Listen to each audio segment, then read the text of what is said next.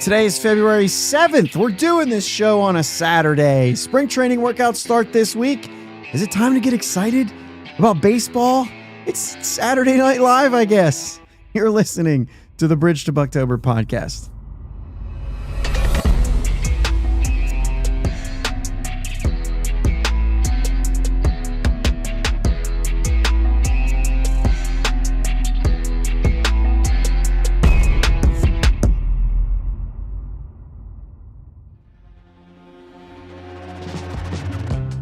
Yes, guys. Thank you for listening to the Bridge to Buctober podcast, where we talk all about them Pittsburgh Pirates and that. My name is Josh. His name is Jake. What's up, Jake? How are we doing today, buddy? Super Bowl's tomorrow, Jake. Yeah. What's Tomorrow.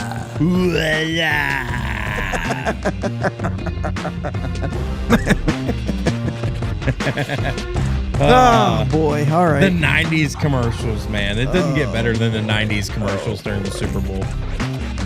That ran for a while, didn't it? It ran for a while, but that's the 90s in a nutshell. Yeah. Martin says, who's playing in that game? This is a football pod. There's 4 former Buckeyes involved in it, so I'm going to lean towards the Patriots because they got 3 of them. I couldn't care less who wins, man. I'll be honest. I was like, what? But you said Buckeyes at first. I thought you said Buccos. I'm like, no. But there's a former Bucco brother on Seattle. On the Seahawks, yeah. So, yeah, So I wanted to see Matt Stafford. So I didn't get my wish. I wanted to see Bo Nix, but here we are. Well, obviously. Obviously you did. And there's no question about that from anyone. But hey, baseball, so here's the thing. They're going to play this football game tomorrow. There's going to be a big party. Everybody's going to be excited. And then we turn the page to baseball. Pitchers and catchers report on Wednesday. Actually, what is it? WBC pitchers and catchers on the 9th. All pitchers and catchers and WBC position players on the 11th. Everyone on February 13th. Guys, everybody's probably going to be there on the 10th. Let's just be real. Sometime between the 10th and the 12th. Everybody will be there. We'll see all the videos we want to see. It'll be very exciting. We'll start to dream as our snow is trying to melt this week and then get cold again. And who knows, but we're going to start to think about baseball. Last fun fact about the Super Bowl, and I'll move on. According to AI Overview, approximately 1.45 to 1.48 billion chicken wings will be consumed by Americans during the Super Bowl. That doesn't mean what he thinks it means.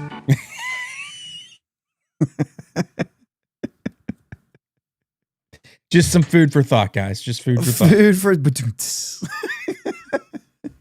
Nailed it. Food for thought. I see what you're doing there. You may wonder what move is left for the Pirates. You may wonder, who are they going to trade for? When are they going to trade for them? And why is this guy on the roster and not this guy? And why is all these things? And you may want us to talk about that tonight. Well, you can wish in one hand and crap in the other and see which gets filled first. We're going to talk about the roster. We're going to talk about spring training. We're going to talk about the exciting things. We are going to forcefully convince ourselves that we can talk about what is currently here and whether or not we can be excited about it. Listen, I'm not going to say we're only going to talk positive vibes, but we're going to try we're not just going to make stuff up is what I'm saying. We're not just going to fake it, but we're going to talk about what's there instead of, I can't believe you didn't get Okamoto done. But let's not kid ourselves either. I mean, there is positive vibes right now. Yeah. There's more positive vibes than there were a year ago. Period. I titled this show, where's it at? The possibly something along lines of possibly the best roster. In a nutshell, this is the best roster that Ben Cherington has been a part of in Pittsburgh. Period. Yeah. Without Period. question. Yeah. By a long shot, maybe. So I think that is one of the things. Mid-March for the answer. Martin is asking when I'm going to be in Bradenton. March. Something. Mid-March. WBC. So WBC first round. And then I'm going from Houston straight to Tampa or to Bradenton. So that's when I'm going to be there. So right there. But that's it. What's up, Jay Wall? Good evening. Phoenix Wayne, Henry Davis, please fix your batting average this year. I think that's pretty fair. I think even more so, I'll add on to that, right? Fix your slugging percentage this year. Yeah. Like if I can get Henry Davis to start hitting bombs like we know he can, then if that batting average is down, like once again, guys, get on base. But if you're not, you better at least slug. Do some damage when you do. Because he's been a great catcher for us, and we'll get into the catchers, but he's been a great catcher he's turned into. And yeah, for sure. So then, I think if he can add some pop to that bat or something offensively, which has not been there, then we are absolutely gonna be good there. So what's up, Ben? Good to see him out of the corner. That's a reference to, if you guys aren't aware of the 3-0 Take podcast, I'm in the corner there every once in a while. Or all of the while now. So yeah, we got the band together. George, how you doing? All right, let's talk about the things we have to talk about, right? Pirates signed Mike Clevenger to a minor league deal. Invite to spring training. He's been a productive pitcher in the major leagues before. He doesn't have to be one this year. It's depth. These are the normal depth moves that you're going to make. He's not any kind of guarantee. Nothing burger, or at least a little bit of intrigue here. I mean, it's a little intrigue. Sure. I mean, you look at his past. You look at when he was in Cleveland. Then when he went to San Diego, he was decent, right? Yeah, I think for a minute. He went. I didn't look up the numbers. I can't remember. I mean, he was decent for a couple teams, and then he moved around a little bit and was not very good. Yeah, kind of little hit and miss there on the recency stuff. It is what it is. I mean, we have a good pitching coach. You just never know. It's a depth piece. It's not anything to get excited about. It's not anything to get upset about. Yeah, a couple rough years in Chicago with the White Sox the last couple of years. Yeah, that's what it was, Chicago. But before that, yeah, he's actually has some good years. You know what I mean? Yeah. But it's a minor league deal, so it's something that, it's depth. If you have some injuries, you got to have guys like this. You got to sign guys like this every year. So it is what it is. And then Jose Urquidy is the other pitcher they signed. This one a little bit different. They signed him to a 1-year, $1.5 million deal, which immediately says that's not a minor league deal and an invite to spring training. That is, he's signed to a major league deal. We'll talk about his role a little bit, but there's a little bit of confusion around Urquidy in particular. Hasn't pitched hardly at all. So there's a lot of question marks there. I think 2.1 innings last year or something like that. Either way, it was reported by a couple of the guys that he has options. So here's the deal. It's weird. He has 5 years of service. With 5 years of service, you can't just option a guy who has minor league options left because there's like rules around that. And I'm going to try to paraphrase it here. There has to be written consent for this to happen.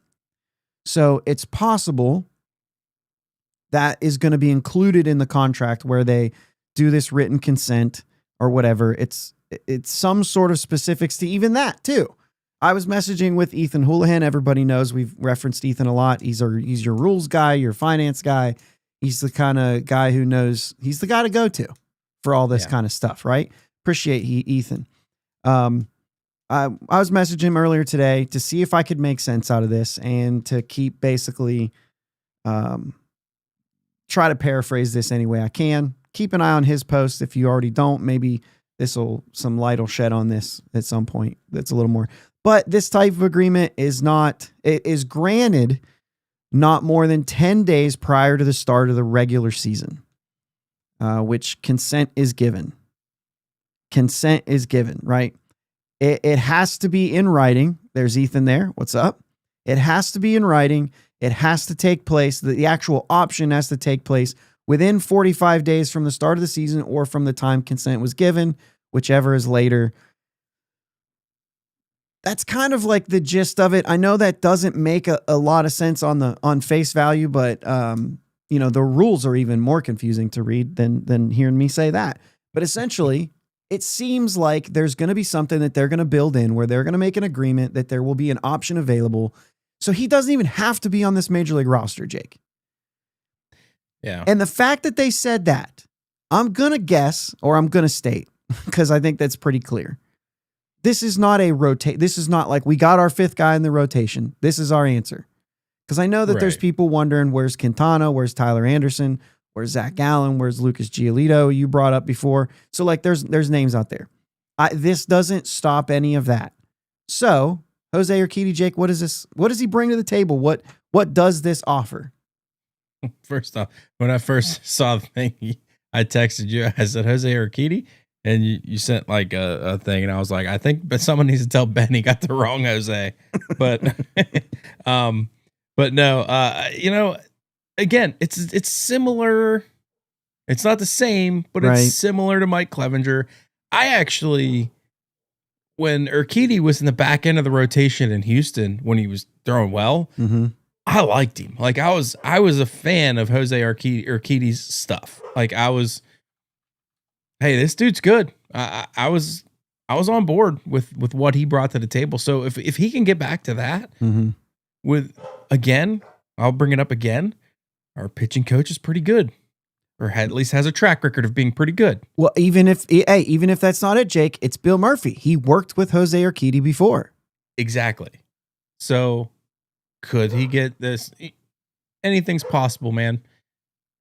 We've seen how many pitchers come through Pittsburgh as reclamation projects and be good. We've seen our fair share of failures as well. So it can go either way, but I'm just saying, I'm not excited. Again, not excited, not mad about this move. Sure. I'm actually looking forward to this one more than Clevenger because I've previously enjoyed Jose Urquidy and what he's brought to the table, where I just was like, yeah, Clevenger's all right. Somebody at your house thinks he's a dog. Yeah, that'd be my dog. Got some friends that are, out in the other room and the dog's going crazy, but yeah, it's fine. That's fine. It is what it is, guys. Yeah, I mean, so this is probably a guy who maybe finds his way as one of those bulk guys, or, I mean, best case scenario, finds his way into the rotation. Yeah. The reason I say best case scenario, I guess that doesn't have to be best case scenario, but it also could be that he's doing really well. Yeah. So that could be the other piece of that too. I don't know. Yeah. Wait to see, right? That it's one of those types of things. That's it. That's what they've signed. We're not going to dwell on what they haven't done. We're not going to talk about any other rumors of who else they might have signed this week, Jake. Yeah. We've got enough to talk about. Let's take a minute to go over WBC stuff, because a couple guys that we didn't know were going to be playing in the WBC are Nick Gonzalez playing with Team Mexico, Kyle Nicholas playing with Italy, which we knew, but we weren't sure. It was more like I would like to, and now we do have that. Horwitz is officially for Israel. He was a guy that was saying he would like to as well. Newly acquired Jose Urquidy that we just talked about is also playing for Mexico. Increasing the number of Bucks to the WBC at 9. Now, actually, there's 12 because there's some more minor leaguers that we haven't mentioned that are playing with some of those other ones too. So I think it's like 12 Pirates altogether are going to compete in the WBC. Excited about the WBC for the first time, probably. I would say I enjoyed the last WBC. And now going into this one, I'm excited for it. Where previously I was kind of like, whatever. I still wish they'd do it every 4 years, not every 3. I mentioned that to you earlier this week. That's the Olympics. This ain't the Well, Olympics. that's why it's that, but also because it minimizes. I think the two things for me, it minimizes how often we have to do this. Because like I'm going to be in spring training while these guys are at the WBC. So like I'm going to Bradenton and not seeing Paul Skeens because they're going to move on. Not seeing O'Neal Cruz, Soto, which is a new guy, you know what I mean? And no Dennis Santana. If Mexico moves on, which has a really good chance, there's no Nick Gonzalez. O'Neal Cruz was a big one for me, man. He's been working on his defense. I want to see that.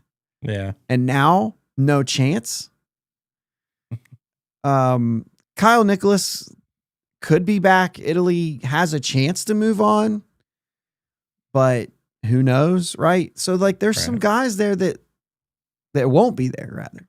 Urquidy's another one like, hey, this is a new guy I want to see. You know what I mean? What he's offering. And we still might because we're going to see Mexico. Yeah. We're going to get to see Mexico in one of the games that we're down there. So there's a chance I see Nick Gonzalez and Jose Urquidy. So I guess I can say that. And Rowdy Tellez.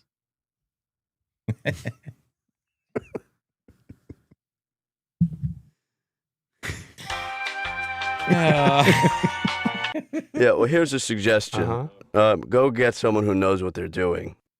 All right. Anyway, let's talk spring training. Let's talk rosters because I think that's kind of a big thing. I actually talked to Miles here. And he basically said, like, who's got options and stuff like that was one of the things that he was like, we don't talk about this, all that stuff. Oh, who are you anticipating the finals? Before we get off the WBC, Jake. USA. USA and Japan. I mean. You know what? I'm going to go USA, Dominican Republic. That can happen, right? I'm not sure. I haven't looked into, like, I don't know what side of the, I don't know what side of the bracket they're going to be on. Dominican Republic looks awesome. Yeah. I'm going to go USA, Dominican Republic, if that's possible. Big, yep. Big if. That thing. Yep. Big if. Yeah. All right, cool. All right, let's go through. What are we hitting first? Let's hit the 40-man roster first, and we're not going to do pitchers first because that's crazy. We're going to start with catchers because that's the easiest thing. 4 catchers on the 40-man roster right now. If you're looking at MLB.com, there's only 3, but for the sake of this conversation, we're going to put Andy Rodriguez in there. Andy Rodriguez, Joey Bart, Henry Davis, Rafael Flores. You got 2 or you got 3 coming up? Yeah. I can't imagine carrying 3 again. Because we've carried 3 before. It just handcuffs you sometimes to carry that many. It does help that Flores plays a couple other or another position, but it also another position that we have multiple people that also play that position.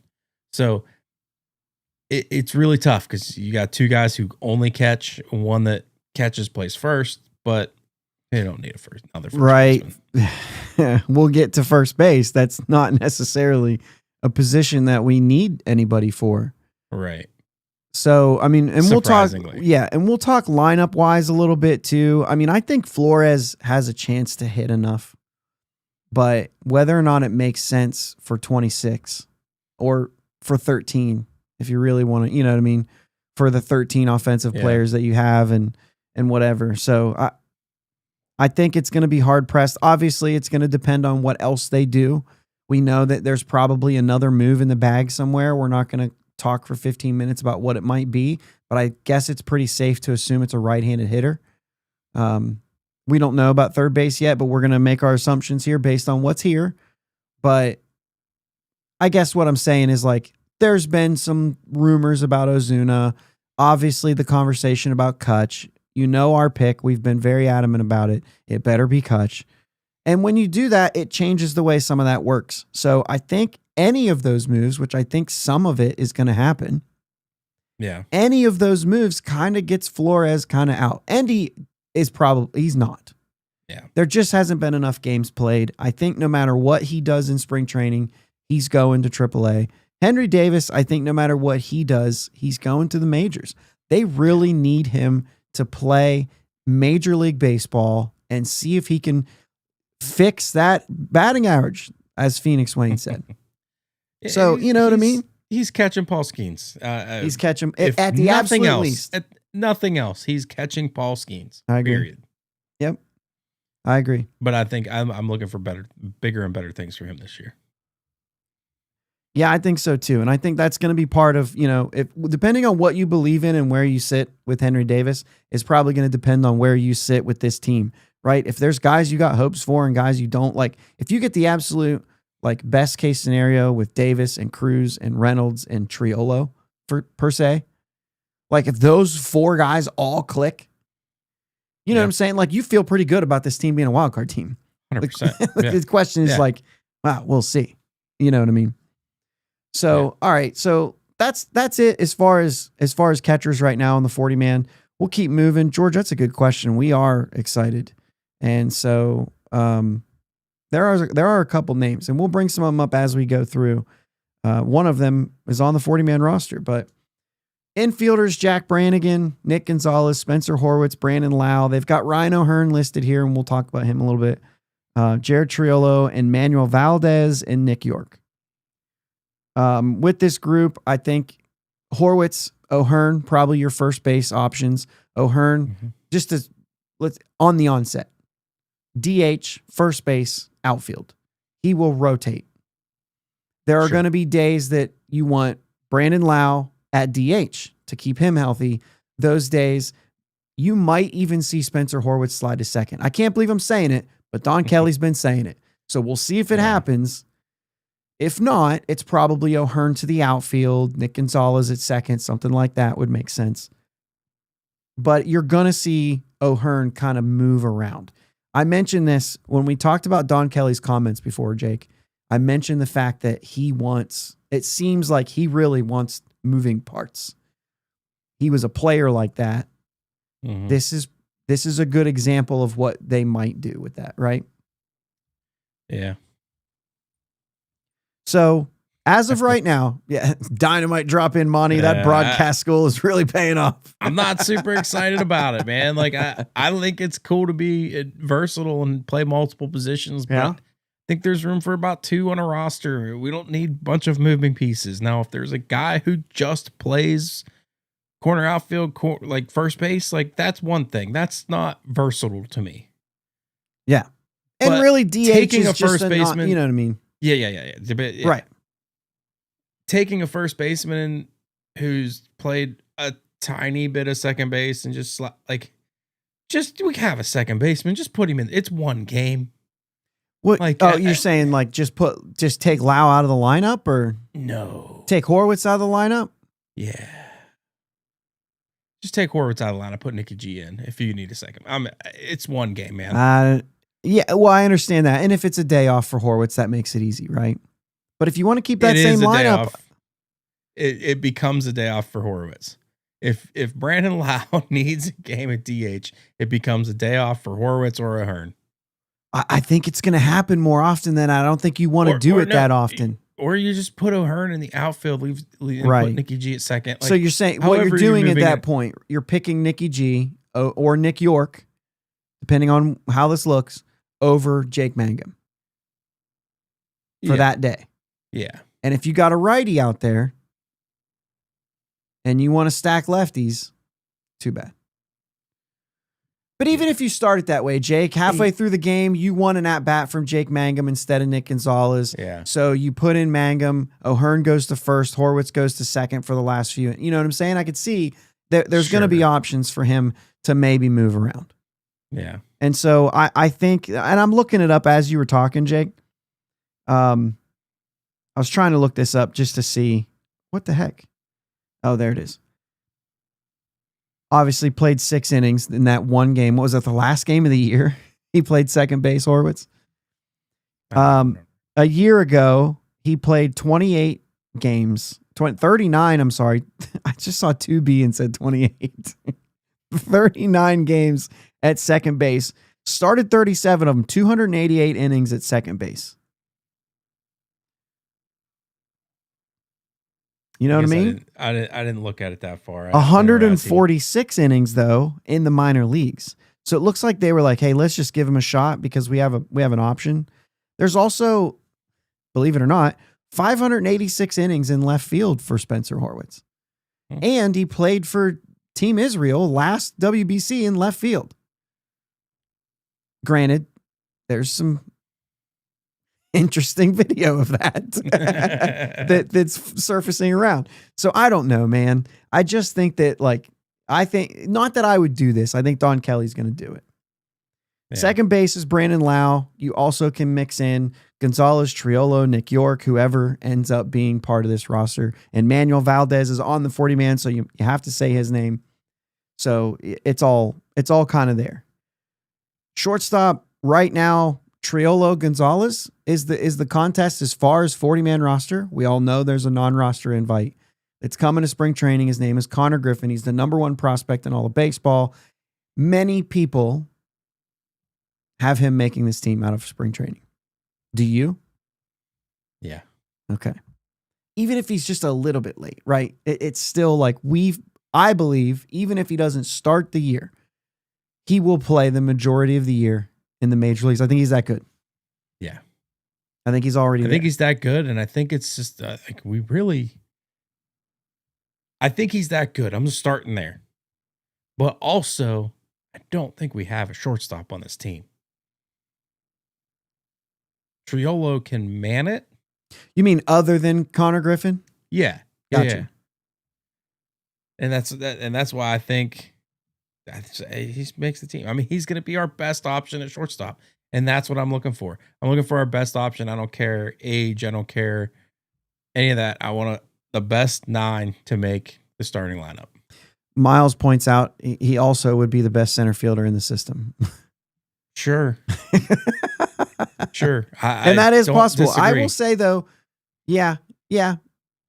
There might be some guys we just don't, you know what I mean, that are defensive center fielders that we're not paying attention to. Yeah.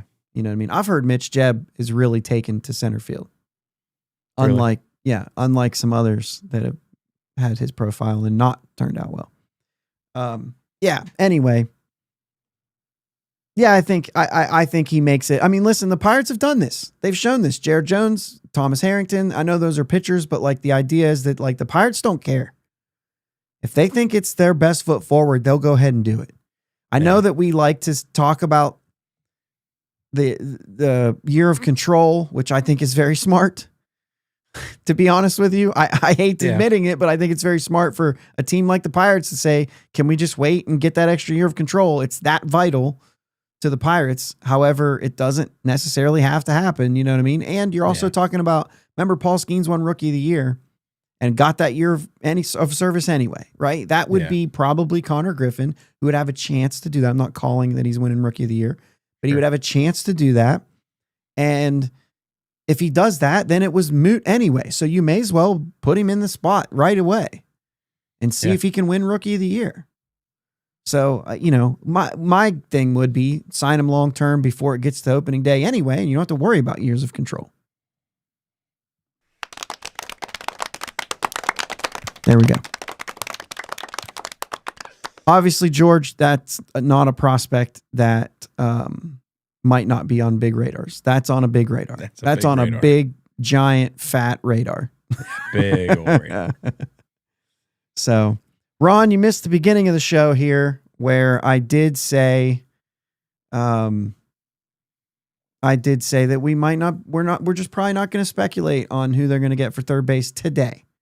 We'll move on to that as we keep going, but today we want to keep it who we have and what we're looking at. So, with that said, third base right now, Jared Triolo. Let me ask you this. If Connor Griffin does not start here, do you have Triolo at third and Gonzalez at short, or do you put Triolo at short and Gonzalez at third? What would be your pick if it's those two guys? I'd have to let spring training figure it out. I don't know. Fair answer. It's you gotta see it. You gotta see them both there where they are currently. I care what they did in the past, right? But I also want to see where they're at right now. That's a good point. See which one would help us the most in that spot. I think that Gonzalez probably gives you the same production at either, and Triolo is much better at third. So I would go strength with Triolo at third and deal with what you have from Gonzalez. Ethan points out a great point. This is about the Connor Griffin Rookie of the Year thing. If he finishes second in Rookie of the Year, he also gets that year of service. So good call out there. It doesn't have to be first. So anyway, to me, I think the Pirates really like Jared Triolo. And if they don't acquire anything else at third base, I think it's his to lose.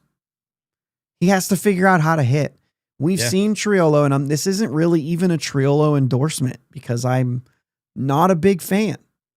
I like him in certain ways, right? The caveat to that is I like him bouncing around to different positions. But the truth of it is he's one of those guys. Yeah. But the truth of it is he's actually better offensively if he just plays every day. So that's really tough for me because he does have more success when he plays every day. If the Pirates go into this thing with Triolo at third base, I'm going to be honest with you, Jake. I want to see how it goes. I want to see. One of them things. It's going to be one of them things where it's going to be like, okay, you're obviously not excited about our third baseman, but you're also like, this could be interesting. He's shown in the past when get playing time, he can hit a little bit. Yeah. Is he going to be able to hit a little bit for 2-3 months? Is he going to be able to hit a little bit for a couple weeks, right, and then fall back off? It'll be interesting to see. Yeah. And he's going to be 28 years old this year. And so for me, it's like this, if you give him the reins to start this year, it's make or break. You have till July to figure it out. If it's not well, then that's your trade deadline move. If you are in it, that's your trade deadline move. Yep. Go out and get somebody, right? Again, they could get somebody before then, but that's where we're at. All right, let's get into outfielders so we can move on to the next thing. Billy Cook, O'Neal Cruz, Justinson Garcia, Jake Mangum, Brian Reynolds, Jack Sawinski, Esmeralyn Valdez. It's Mangum in left. It's Cruz in center. It's Reynolds in right. You're going to see some O'Hearn in left field. Probably you're going to see, who knows? Justinson Garcia is a really important one that I want to bring up because you traded Oviedo for this guy. And so, like, what did you get out of him? I don't think he necessarily is blocked for opening day, but if he wins a starting job, he's on the opening day roster. If he doesn't win a starting job, he starts in Indianapolis. Yep. He has to play every day. I really like this guy.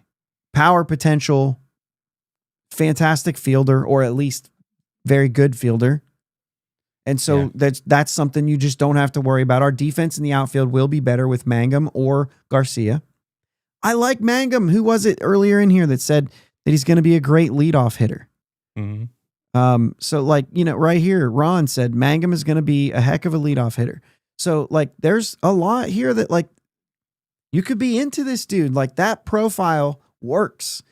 And we see it from different players. And what's our pet peeve of Luis Arraez, who's another banjo hitter, is that he doesn't play defense. He doesn't run bases. Jake Mangum does that.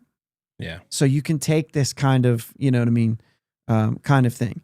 So, and Ron points out Password as the fourth outfielder. This is why I think absolutely not. He has to play every day. He's still very young.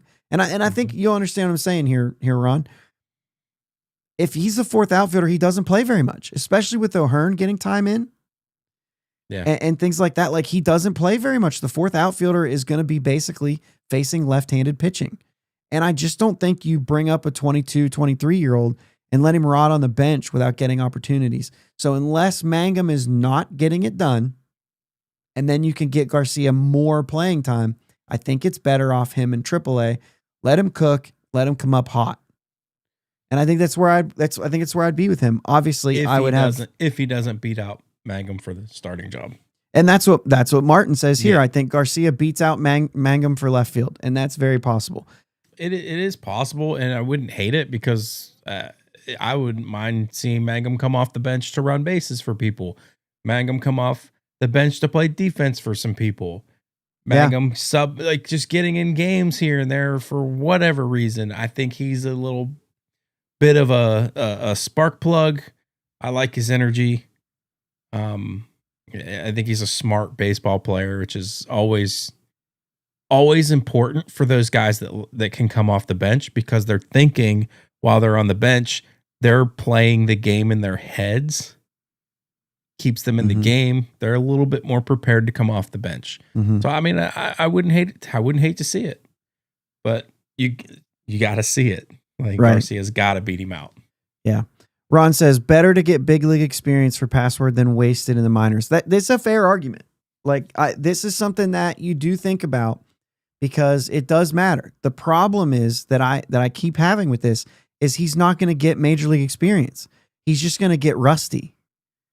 There's just not enough at bats from this position that you can force him in, unless there is, and then you will force him in, and then he will play more often, and then it will matter. Yeah. But I think if it's something like, hey, we really want to cut down on the swing and miss, you cut down on the swing and miss by doing something in AAA. Playing baseball is better than not playing baseball, no matter what level you're at. Yeah. If you're saying, hey, he's figured out AAA and we think his potential is better and would help this team, playing him in the major leagues will help him. That's the experience he needs. Kind of like what Henry Davis has been getting. You send him to the minors, he crushes. Yeah. He has to prove that he's that guy. And then you call him up. Like I said, playing baseball is better than not playing baseball. Agreed. Now, this is good too. Miles says Mangum to come in and pinch hit when you just need to put the ball in play. Yeah. You know what I mean? Hey, I got a guy on third, one out or nobody out. I don't care if you fly out can he fly out or will he just hit it to an infield? The point is you need to put the ball in play. So that is a good there. But yeah, and I agree with Martin, less pinch hitting opportunities with this lineup this year. I just think that there's guys that are going to be in there. And if you're just looking for pinch hit opportunities, I'm giving them to Andrew McCutchen, assuming he's signed. And that's the guy I want going in facing lefties for those pinch hit opportunities, or even not lefties for a veteran at bat late in the game. That's the guy that I want to give those types of things to, rather than a young guy who has been playing every day for his whole career, and now you're asking him not to. Yeah. So I still stand next to that. And this is like, they used to bring guys up and acclimate them to the league by playing them part-time. Yeah. And then they would find their way in. But those guys would never find their way in until they were 26 years old. You know what I'm saying? 25, 26 years old. So I think that's what makes sense here. One more guy here in the outfield. Well, I could talk Billy Cook too. He still has an option. So I won't. He does still have an option. Esmeralyn Valdez is one of those prospects that I think maybe isn't on a national radar, on a big radar, that I'm really excited about. This guy's not an opening day roster kind of guy. Obviously could, but I don't think so. I don't think the body of work is there. They want him more in the minor leagues. And I do think that there is a path though, that this dude crushes in AAA. And you're looking down the stretch, and maybe in this scenario, Garcia's not, or there's an injury. You might add some pop to this lineup with Esmeralyn Valdez. I came out of nowhere last year or the year before or whatever, and I'm intrigued. Yeah? Yeah. He's going to be an interesting one to pay attention to. Last one, Jack Sawinski. He's still on the 40-man roster as of right now. We are not surprised by this. They did sign him to a 1-year deal, avoided arbitration. He has no options left. But as we stated, the fact that they signed him to that deal, if they designate him for assignment, there's a great chance that he does not get picked up. And he's kind of in that place where he can't opt for minor or for free agency yet. I forget those numbers, and I've said this on the show before. I've clarified this on the show before, but it's essentially a free option, but without calling it an option, by any means not an option. But they will designate him off the 40-man roster, and I think he'll go unclaimed, and that's what they've done, because then the other team would have to pay that salary. And so I think that they've essentially bought another year of Jack Sawinski, and I've got no problem with that. Like the last thing I'm going to do is have a problem with them spending money. So I don't have a problem with that. But and he's a guy that, you and we've rooted for a long time. Mhm. Still hope something can click there. I'm just not. I'm not like excited. I'm not getting my hopes up, yeah. but I'd love to see it click at the same time. Yeah, and I'm in the camp where I still root for him, but I think it's going to happen somewhere else. Yeah. But the thing is just to clarify, the thing is that I don't see a fit for him on this roster unless no one decides to take over. Yeah. If they don't sign anyone else for one, specifically right-handers, and specifically McCutchen, because they're never going to not, like if they sign him, he's going to be there. But if Garcia doesn't show up, if Valdez doesn't show up, if Billy Cook doesn't show up and all those guys don't play well, then I guess I can see a fourth outfielder spot for Jack Swinsky. But other than that, I just don't think it's there. I don't see the opportunity because he's left-handed and we're so left-handed heavy right now. All right, Jake, let's talk about actually, you know what? Just because this was another thing that we wanted to bring up. There are 4 players. And Ethan, if you're still out there, correct me if I'm wrong, but I'm looking at your spreadsheet, so I think I'm right here. With 0 options, and that's Joey Bart, Justin Lawrence, Johan Ramirez, and Jack Sawinski. So Joey Bart is another one. 0 options. You have to designate him if you want to send him. Put him on waivers. Justin Lawrence and Johan Ramirez are the 2 pitchers. I think Justin Lawrence is pretty safe. I do see him in this bullpen. Johan Ramirez, I don't know. I think if they sign somebody else, like another starting pitcher, Johan Ramirez is on my list of guys that they might designate off this 40-man roster in order to keep somebody else. There's other guys you could move. As we get into pitching, like Cam Sanders, Evan Sisk, they've got some lefties with Montgomery and Soto. So like I could see that, but I don't know. Maybe that's it. Cam Sanders and Johan Ramirez might be the only guys. Like there's 3 guys here that you could do that with. Now, obviously, offensive. There's a question of Emmanuel Valdez, Jack Sawinski, even Billy Cook. Any of these guys could be taken off the 40-man roster if they make other signings. So important to note, but most of our guys do have minor league options, and so they'll be able to send them down. Anything on the pitching side of the 40-man roster? I don't want to name all these names. There's a lot of them there. Probably too many, which is why there's 3 guys that I think have a chance of going the way of waivers and being designated if they make other signings. Any of the pitchers there that might fit into what George was asking about prospects that we're excited for that might not be on big radar? I mean, I would say I'm always excited for Thomas Harrington. I really like the pitcher. I know he wasn't great last year. Still considered a prospect. I still like him. Obviously didn't go well last year, but I still like him. Hunter Barco. I mean, he's the number 4 prospect, so maybe there's a little more on that.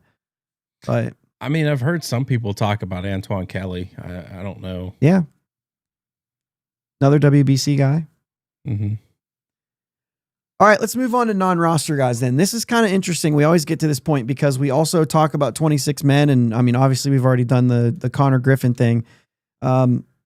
Catchers, Omar Alfonso, Derek Berg, Sean Ross.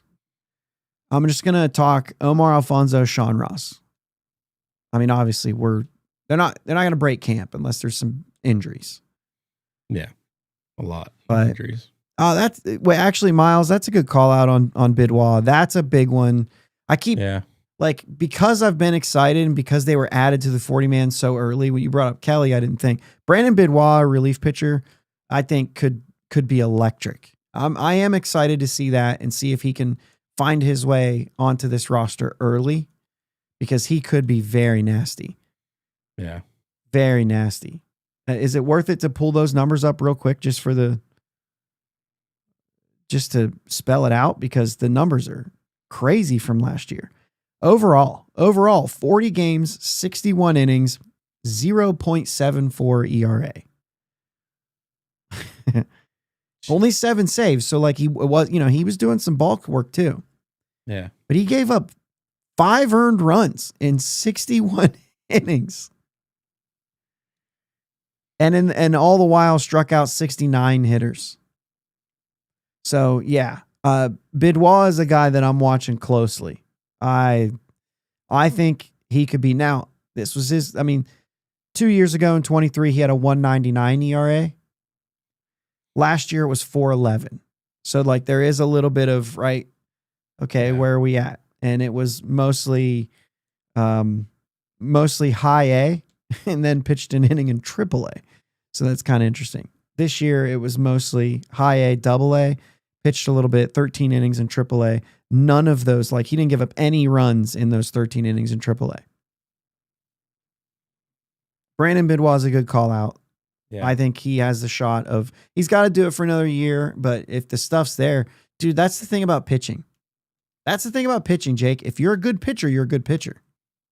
Yeah. You're either like the results are one thing, right? But if you got the stuff and you're locating, it doesn't matter who you're facing. You're just good. Yeah. In a way, you know what I mean? Now, if you're making mistakes that you're not paying for in the minors, you'll start paying for them. We don't know if that's the case or not. Yeah. So, all right. Infielders, Nick Samillo, Deuce Gorson, just kind of a fun player. Connor Griffin, Termarr Johnson, Ronnie Simon, Davis Wenzel, Alika Williams. Outfielders, Dominic Fletcher, Mitch Jebb. I'm going to ask you, we saw Ronnie Simon last year. So maybe Alika Williams we've seen. He's no longer on the 40-man roster. Davis Wenzel, a guy they brought in this year who's kind of bounced around a little bit. I don't have a spot for any of these guys. Do you think any of Ronnie Simon can play outfield? Is there a chance that he maybe sneaks his way into that 4th outfielder spot ahead of Jack Sawinski? He is a switch hitter, so he does provide a little bit of the ability to bat right-handed. However, if you look at his splits, he's not very good against left-handed pitching.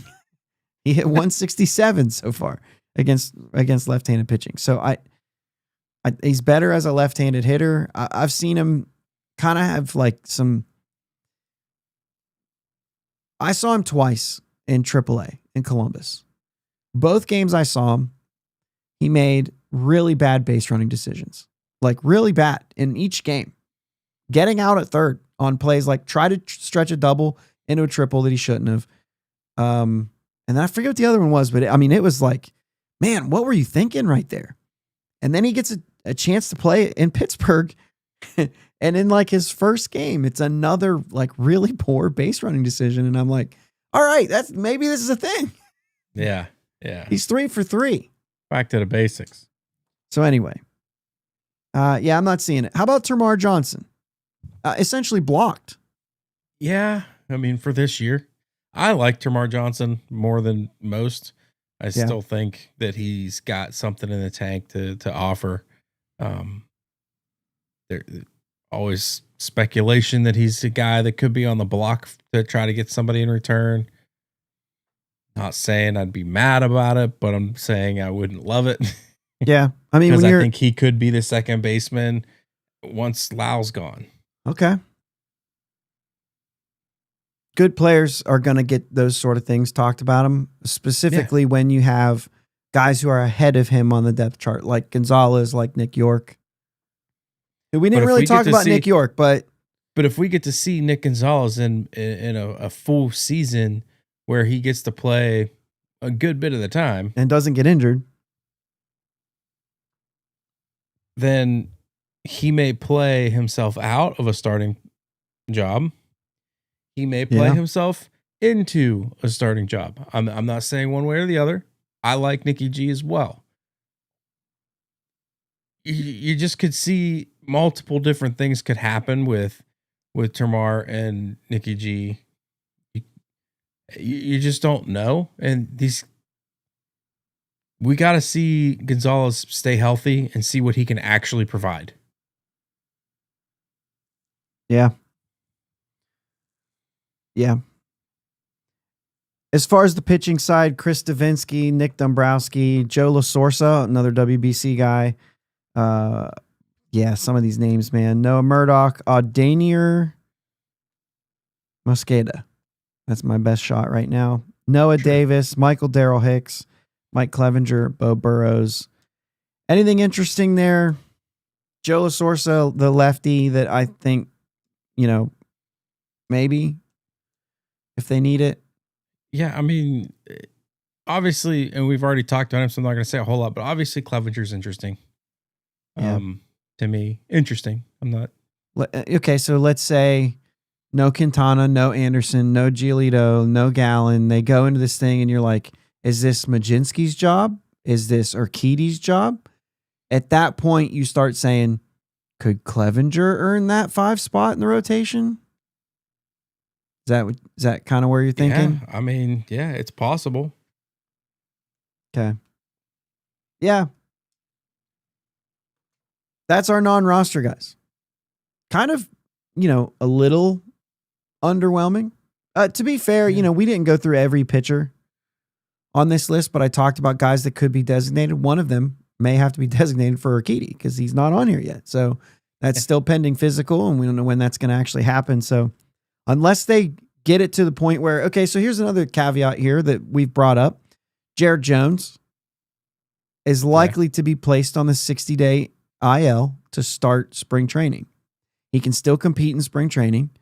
He just won't be able to pitch. The IL doesn't start till opening day. Late May, I think, is when he could return if he's on the 60-day IL. Maybe the first week of June or whatever. That's about his timeline anyway. Yeah. So I would think that he's going to be added to the 60-day because that opens up a spot on the 40-man.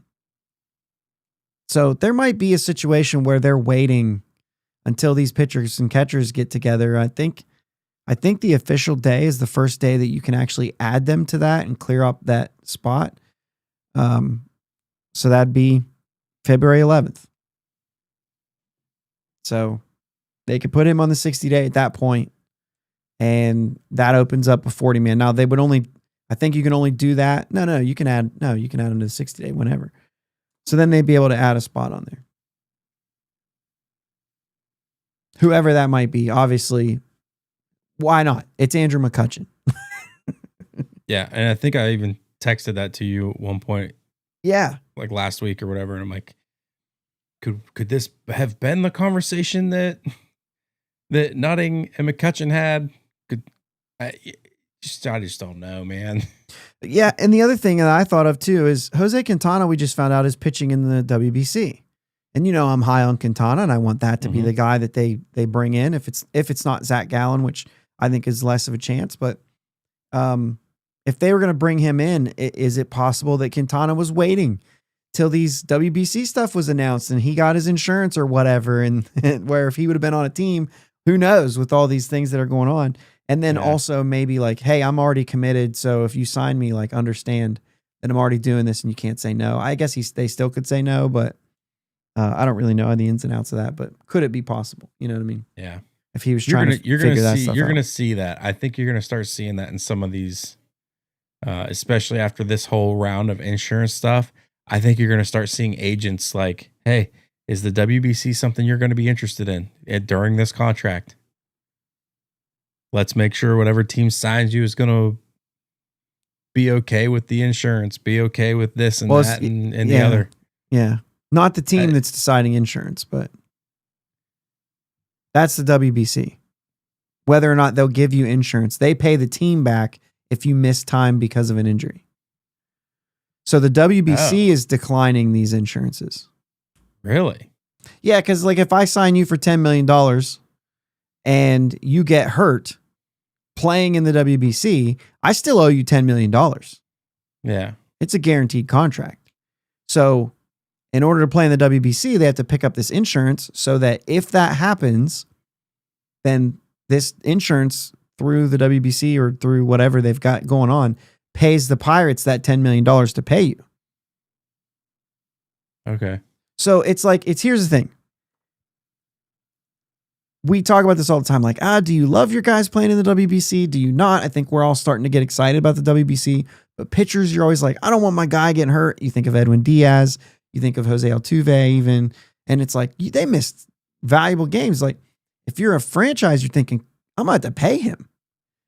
Yeah. And the thing is always like, well, they could have got hurt in spring training too. They're not going as hard. But you're right. They could have. The thing is because it didn't happen there, like if you're the franchise, you're thinking, man, I got to pay this guy. But for me, I'm more thinking like, no, I have a season coming up that I need that guy for. I don't care about the money. That ain't my money. There's no insurance for that. Yeah. But ultimately, I think it's a cool thing. And it's not that I'm complaining, right? So it's kind of, I don't know, kind of interesting in that way. But yeah, this is WBC declining insurance because they don't, I mean, specifically some of these higher dollar guys, what it is if you've had surgery in the past year or if you've been on the 60-day IL, they're basically declining it. Yeah. So I don't know. Kind of interesting. Yeah, it's crazy. Positional battles really is fifth starter in the rotation. It's going to be that shortstop, third base situation. And I'm going to keep left field in there. I do like Jake Mangum. I think that I'd be fine with him. But with the fact of Justinson Garcia possibly, earning that and being an impact player, he absolutely can be. So I'm leaving left field up for one of those position battles as well. And then really, that's kind of it. Well, the bullpen's always a position battle. Who's going to be in there? What are their roles going to be? But catcher, I think, is set. Jake Henry Davis is probably going to be your starter most days. Yeah. Even if it's 3 out of the 5 starters, he's going to get the bulk.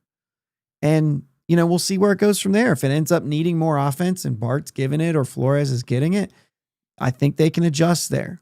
But I think it's more or less he could lose this than it's a position battle.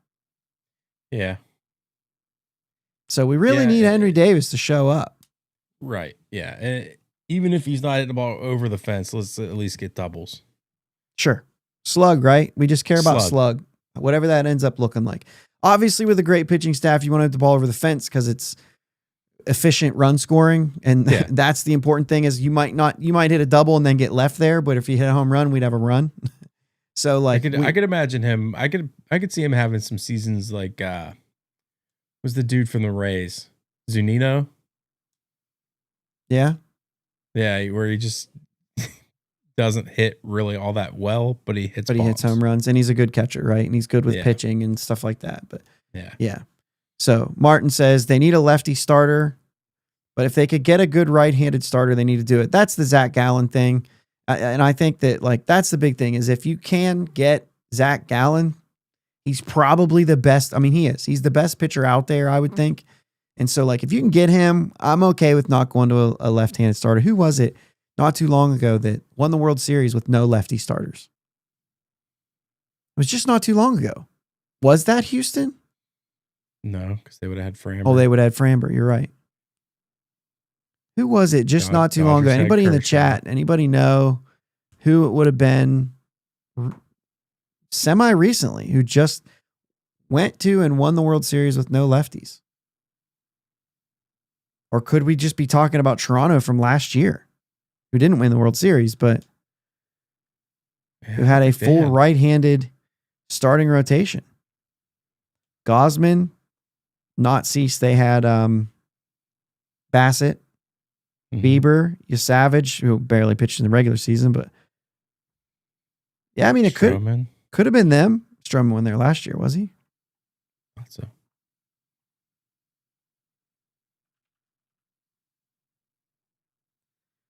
Let's see who was in their rotation last year. I feel like it was somebody recently who just had all righties and it just kind of didn't matter. Gossman, Bassett, Barrios. No, they had Eric Lauer. He's a lefty. Scherzer. Where's games started? Shane Bieber. But I mean, I already said Eric Lauer. He's a lefty. So it wasn't them. I don't remember who it was. Either way, they did it with no lefties. So it can be done. It doesn't have to be there. I know PNC Park works well with lefties, and that's why it matters. But I think that Gallen's probably better than Jose Quintana. Yeah. You always say probably. You win. You earn that on the field. But just to say. So season I by season. Right. So I think that, if you can go get it, that's good. So Miles likes Chris Bassett. We just brought up. I don't care that he's right-handed. Bassett's good. You're going to have Jared Jones by, let's just say June. Let's say July. Let's say there's a setback. You're probably getting Jared Jones. Yeah. So if you look at that 5 right now and Jared Jones comes back, you would want him to be in that 5. Yeah. And so you're going to move Ashcraft into something else. Or if there's an injury, it takes care of itself. We hope there's not. So I don't know. A lot of options with this starting rotation. I just really like this starting rotation is still our strength. They tried to make it interesting. They're trading 2 of them away. And I think if Burrows was in here, we wouldn't even be talking about this, Jake. No. You'd say we're all right-handed and we're all fine with it. Yeah. You know what I mean?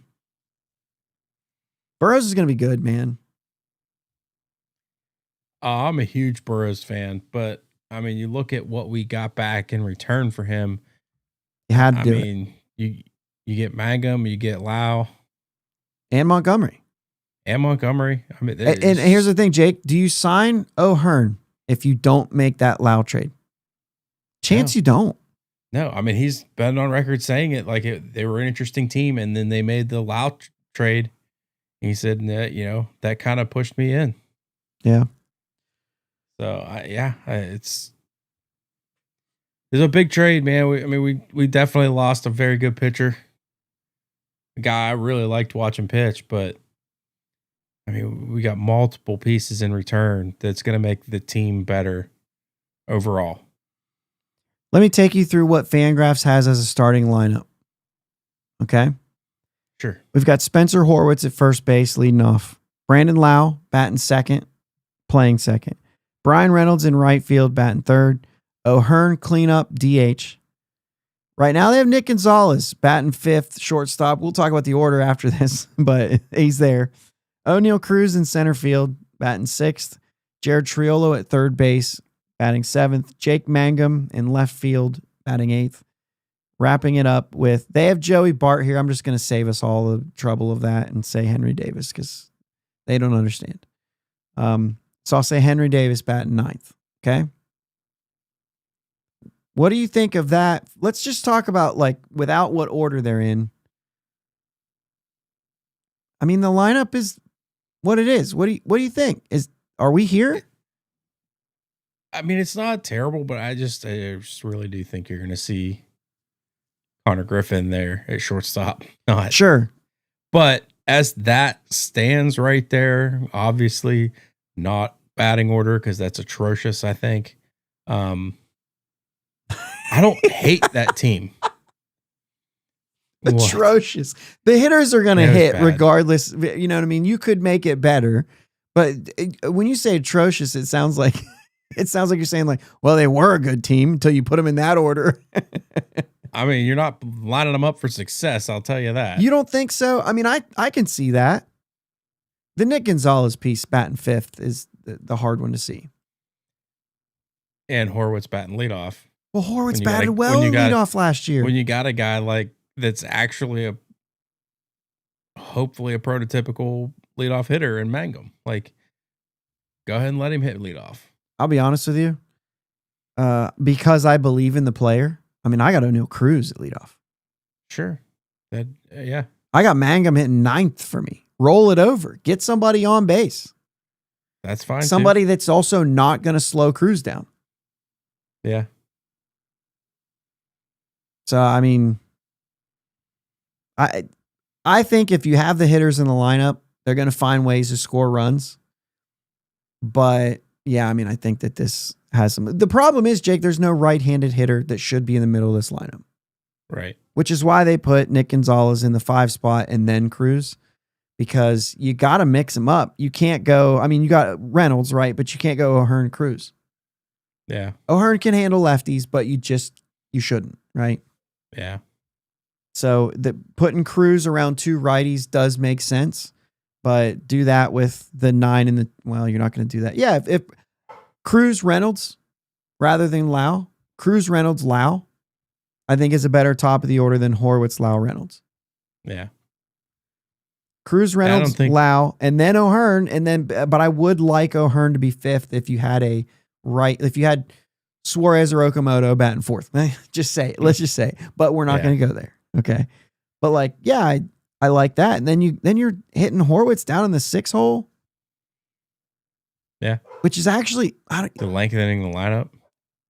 The fact that O'Neal Cruz is even batting 6th.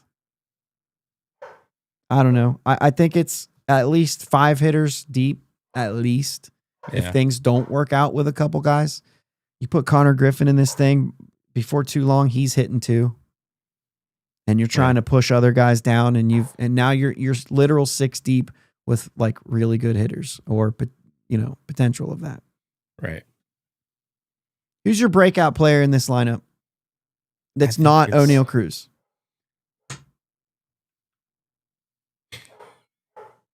I snuck in there. You were going to say Cruz. You did. I was going to say the easy button's O'Neal Cruz. Let me ask you this way. You pick between these 3 guys. Okay? Yeah. Henry Davis, Jared Triolo, Nick Gonzalez. Who's your guy? Chat, put it in there. Who's your guy? And let's get this thing wrapped up. I think it's a 50-50 shot. And I think it's either going to be Nicky G or Henry Davis. To really I asked you to pick one. I know you did. I'm going to hold you to this game, Jake. I'm going to hold you to this game. I look for Henry Davis to make a big step forward here. Okay. Henry Davis is your guy. Yeah. I'll die on that hill. Yeah. Miles says Mangum as a breakout hitter, I think. So I like that. Yeah. Because listen, not anybody, but you could have a hot rookie year. That sophomore year, if you do it and you do it well, yeah, I'll give you that. That's a breakout player. Shared says Davis. He's with you. Martin says Garcia makes it. Garcia's a really good pick for that breakout player. Sure. Yeah. And is left field solved? Maybe not, but is it interesting? We've got 2 guys in our live chat right now while we're doing this show who picked a left fielder for their breakout player. Like I said, is left field solved? No, but by the end of 2026, is it? Maybe. Yeah.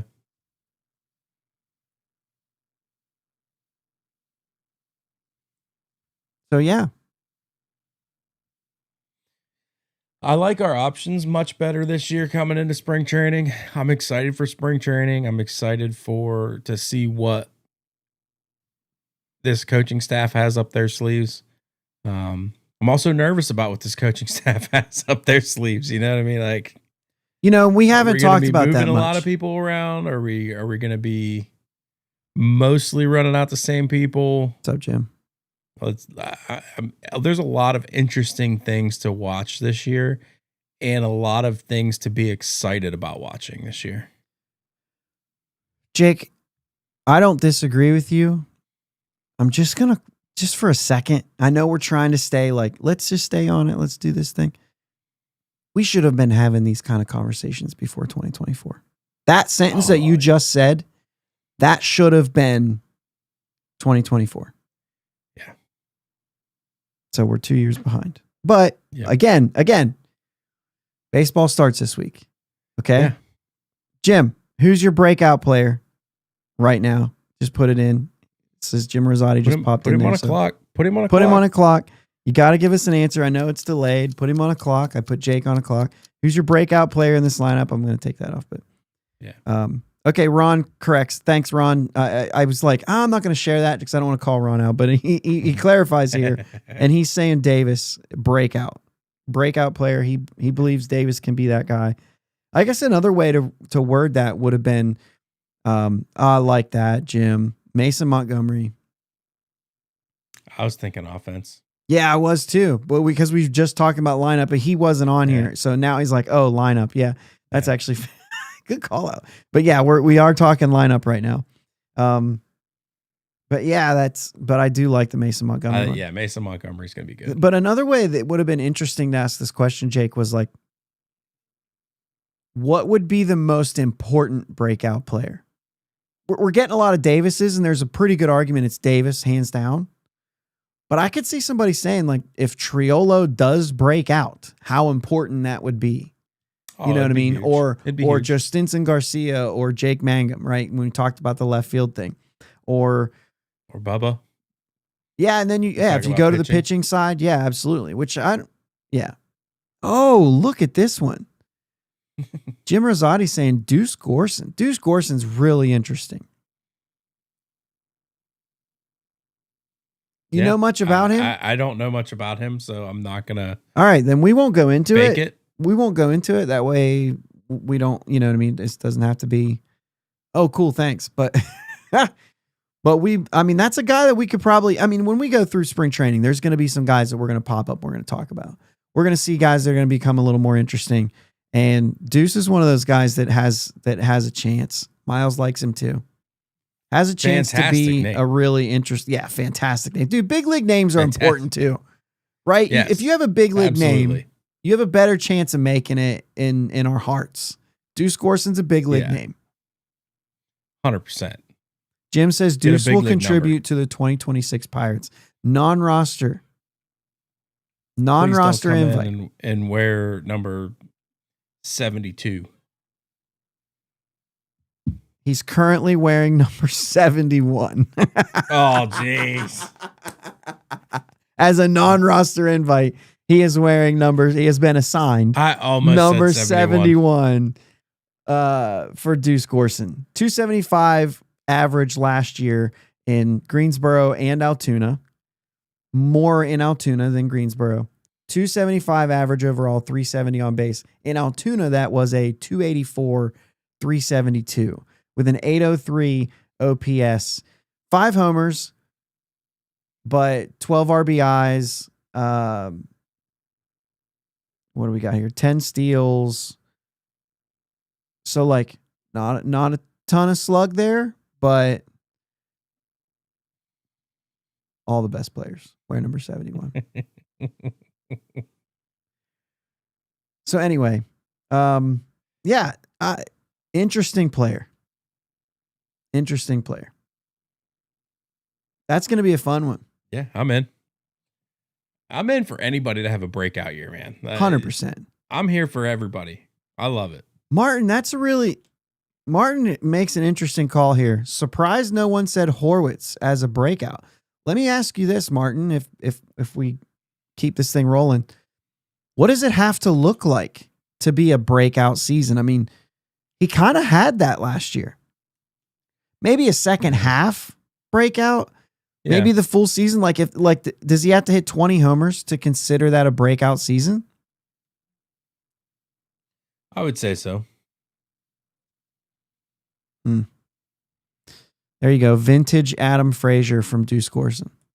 I mean, it's another one of these guys, Jake. You know, we talk about the Pirates right now getting Jake Mangum and being this sort of base hitter type guy.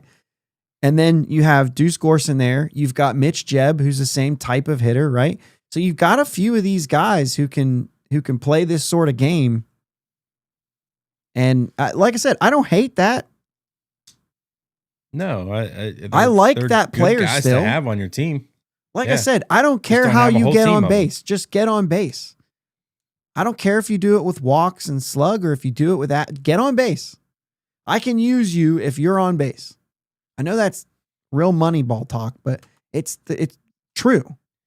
Yeah, I mean, however, if you're going to get on base with singles, be able to run. Oh yeah, that's true. Yeah, don't block up. Yeah, don't block the bases. That's fine. But if I have all of the guys getting on base and nobody hitting for slug, then I don't necessarily like it as much. Yeah. But I can fill slug in somewhere else. I can use you though. Yeah, Jim, not a fan of Mitch Jebb. So I'm just whatever, we can say what we want about him. But I was just saying he's the same type of player, right? Yeah. And he can run bases and he can play defense. And so that's another thing. But yeah, whether or not he can do this at the major league level is another story. Yeah. Jim says Horwitz did have a monster second half. By the way, Martin says 25 homers he's calling. I'd give that a breakout season. Oh yeah. If he hits 25 homers and I think it's repeatable, then yeah, I'd call that for a breakout season. The easy answer, like we said, was if O'Neal Cruz goes out there and hits 30 homers and steals 30 bases. That's obviously the breakout season we've been waiting for from O'Neal Cruz. We've seen flashes of it, but for him to do that for a full season, that's an easy one. Connor Griffin hasn't done anything, so anything he does is a breakout season at this point, if it's good, obviously. So that's something too. But, dude, I just think there's a lot of potential here, and I think that this team has the ability, as it currently stands, this roster could compete for a wild card team, for a wild card spot. I'm not saying I'm calling that. I'm guaranteeing it. I'm saying the potential's there. This roster is built good enough to try to sneak in at 85 wins if they have a really good year. If everything goes right. 85, 86 wins. I said really good year, so now I got to move it to 86 wins even. So, like, you know what I mean? I got to say that if it was really good. We'll see where they end up. I got to watch some spring training games before I go out here and say I think they're going to have this record and whatever.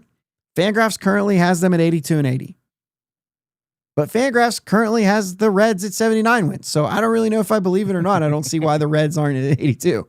So yeah, I don't know.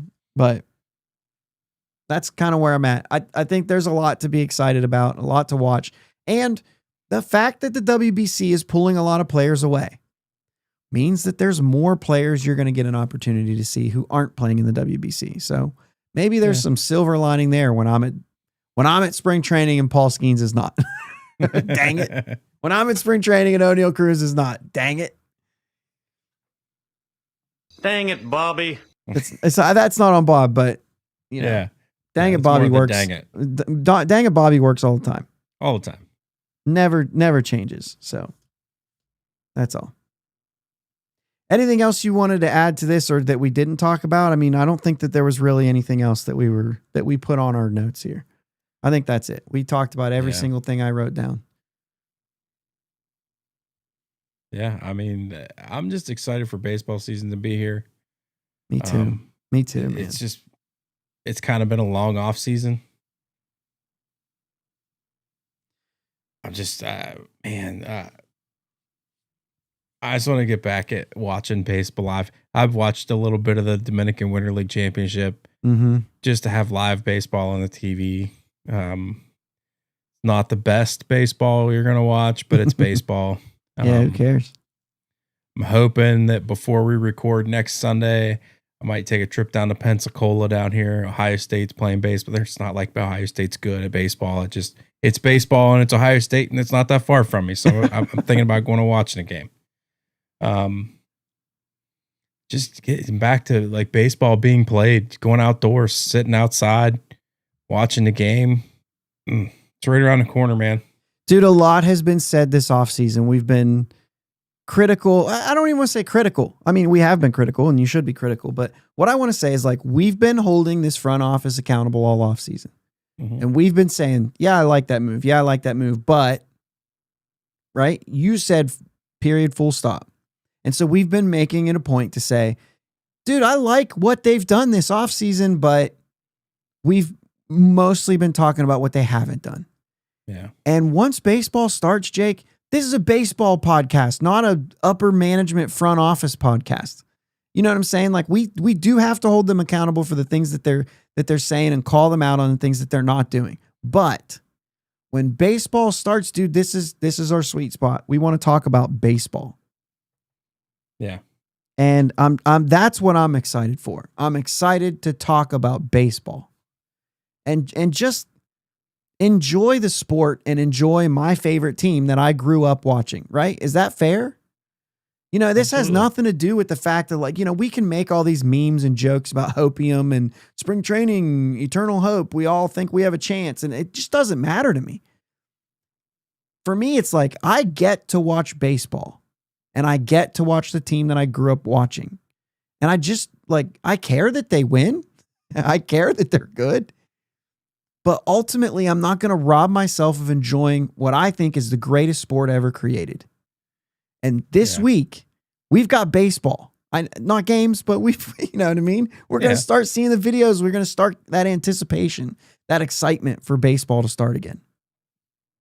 The hiss of the baseball the pop of the glove, the crack of the bat. It's all going to be there, man.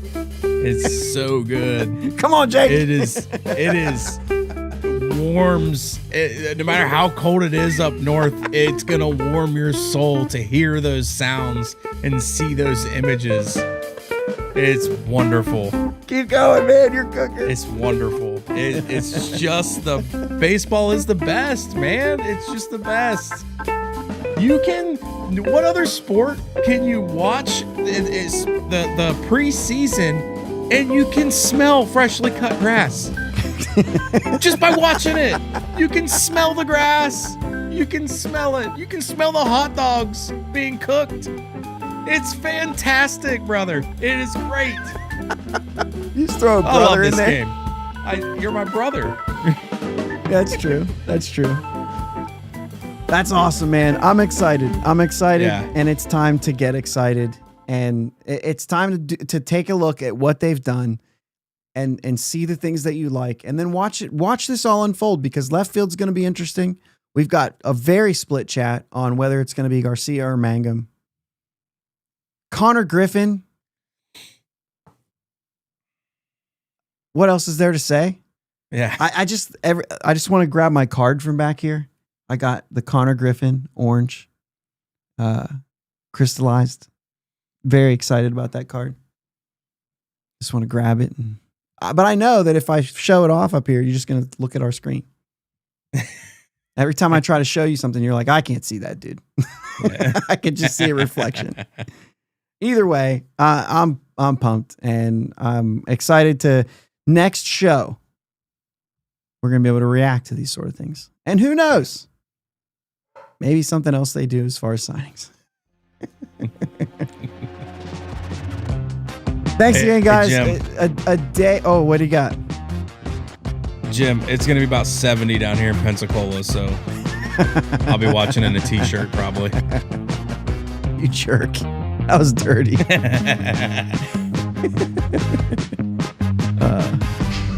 Man, you are one pathetic loser. Anyway, Saturday show. Thanks, guys, for showing up. Everybody who showed up on late notice and all that stuff.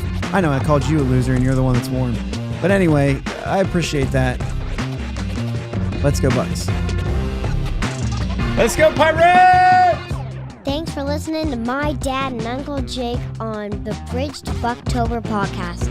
Follow them on Twitter, Facebook, and Instagram at Bridge2Buctober. Don't forget to subscribe so you know when new episodes are released. Clear the deck, cannonball coming, and let's go Bucks!